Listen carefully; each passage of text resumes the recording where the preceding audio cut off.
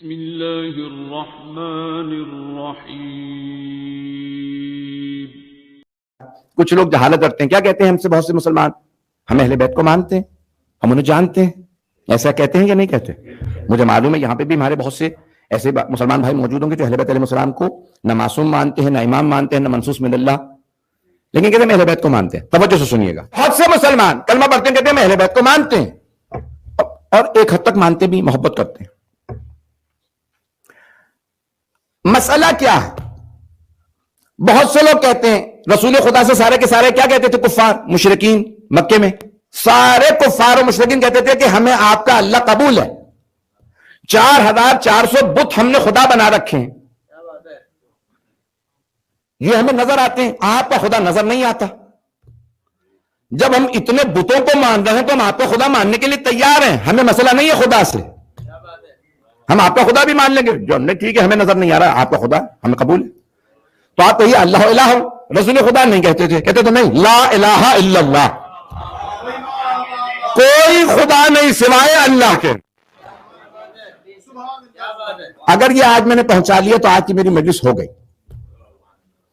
اب سارے کے سارے مشرکین و کفار کو مسئلہ تھا لا الہ الا اللہ سے، رسول خدا نے کہا نہیں، یہ خدا نہیں ہے، بس اللہ خدا ہے، میں ان بتوں کو نہیں مانتا۔ وہ کہتے تھے ہم اللہ کو ماننے کو تیار ہیں، آپ یہ نہ کہیں لا الہ الا اللہ۔ توجہ، رسول خدا نے کہا میں 1 انچ پیچھے نہیں ہٹوں گا لا الہ الا اللہ سے۔ سارے مشرکین و کفار اللہ کو ماننے کو تیار تھے، لیکن ہم اپنے بتوں کو بھی مانیں گے۔ رسول خدا کہتے تھے نہیں، بتوں کا انکار کرو۔ توجہ، تب کیا تھا ان کے مسئلہ؟ وہ کہتے تھے ہم سارے کے سارے آپ کے خدا کو ماننے کو تیار ہیں۔ پہنچ گئے، بہت سے بچے بھی پہنچ گئے، نوجوان بھی پہنچ گئے، ہم اللہ کو ماننے کو تیار، بتوں کو نہیں چھوڑیں گے۔ پیغمبر کہتے تھے بدھو، تب تم توحید قبول تب ہے جب بتوں کا انکار ہو۔ اگر ایک آدمی آج بھی آ کے کہے، پہنچ گئے آج بھی ایک آدمی آ کے کہے میں اللہ کو مانتا ہوں آپ کے، لیکن میں سارے بتوں کو بھی مانتا ہوں، توحید قبول ہے؟ ایک آدمی کہے میں نبوت مانتا ہوں، رسول خدا کو مانتا ہوں، لیکن جتنے جھوٹے نبوت کے دعوے ہیں انہیں بھی مانتا ہوں، کیا اس کا عقیدہ نبوت قبول ہے؟ عزیزان گرامی، اگر ایک آدمی کا مسلمہ کذاب سے لے کے آج تک غلام احمد قادیانی تک سب کے سب جتنے جھوٹے نبوت کے دعوے ہیں میں سب کو مانتا ہوں، کہیں گے بھئی آپ پہلے عقیدہ نبوت درست کر لیجیے، وہ خاتم النبیین ہیں، ان کے بعد جتنے جھوٹے نبوت کے دعوے ہیں ان کا انکار کیجیے، آپ کا عقیدہ نبوت قبول۔ توجہ، جب انسان اللہ کے ساتھ بتوں کو بھی مانے تو توحید بھی قبول نہیں، رسول خدا کو اگر کوئی مانے اور ساتھ میں جھوٹے نبوت کے دعوے مانے تو نبوت کا عقیدہ قبول نہیں۔ اگر کوئی دعویٰ کرے ہم مانتے تو ہیں اہل بیت کو، لیکن ہم ان کے دشمنوں کو بھی مانتے ہیں، تو جیسے عقیدہ توحید قبول نہیں، عقیدہ نبوت قبول نہیں، ویسے ہی عقیدہ امامت و ولایت تب تک قبول نہیں تب تک کہ علی کے دشمنوں کا انکار نہ کرو۔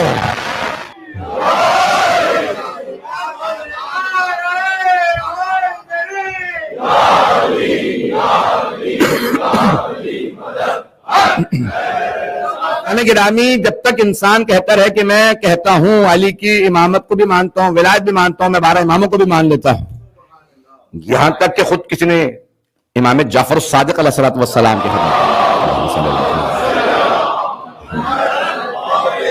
تو جانے گرامی پوچھا، کہا کہ میں نے آپ نے فرمایا تھا کہ من انشد فینا بیت شعر، جس نے ایک بیت کہا، پورا شعر بھی نہیں کہا، 2 بیت سے مل کے ایک شعر بنتا،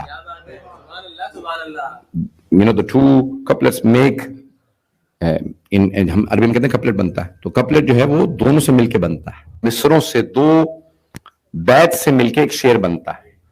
تو آپ نے کہا جس نے پورا شعر بھی نہ کہا ہو، صرف ایک بیت کہا ہو تو اس کو جنت ملے گی۔ میں نے 5000 ابیات کہے ہیں آپ کے جد کی شان میں۔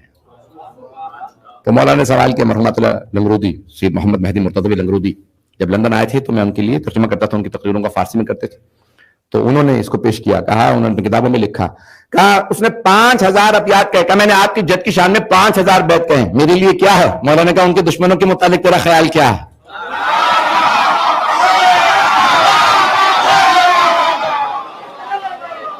کہا آپ کے جد کو بھی مانتا ہوں ان کے دشمنوں کو بھی مانتا ہوں. کہ تیرے 5,000 ابیات ضائع ہو گئے. کہا اچھا اگر انکار کر دوں؟ امام نے کہا ایک شعر کیا ہے؟ اس نے کہا اگر انکار کر دوں، مولانا کا انکار کر دیا تو ایک شعر کیا؟ اس نے ایک شعر کہا. مولانا کا یہ تیرا ایک شعر ان 5,000 اشعار سے افضل ہے. اللہ نے گرامی اعمال کی قبولیت کے لیے ولایت اہل بیت شرط ہے. یہ نماز تب تک نماز نہیں ہے جب تک کہ جناب امیر کی ولایت کا اقرار نہ ہو. یہ نماز اٹھک بیٹھک ہے، نماز نہیں ہے. یہ روزہ فاقہ ہے، روزہ نہیں ہے. یہ حج خرچہ ہے، حج نہیں ہے. انسان کی ساری عبادات ہیچ ہیں اگر زندگی میں علی نہیں، عقیدے میں علی نہیں. اہل بیت علیہ السلام کی تعلیمات یہی ہیں.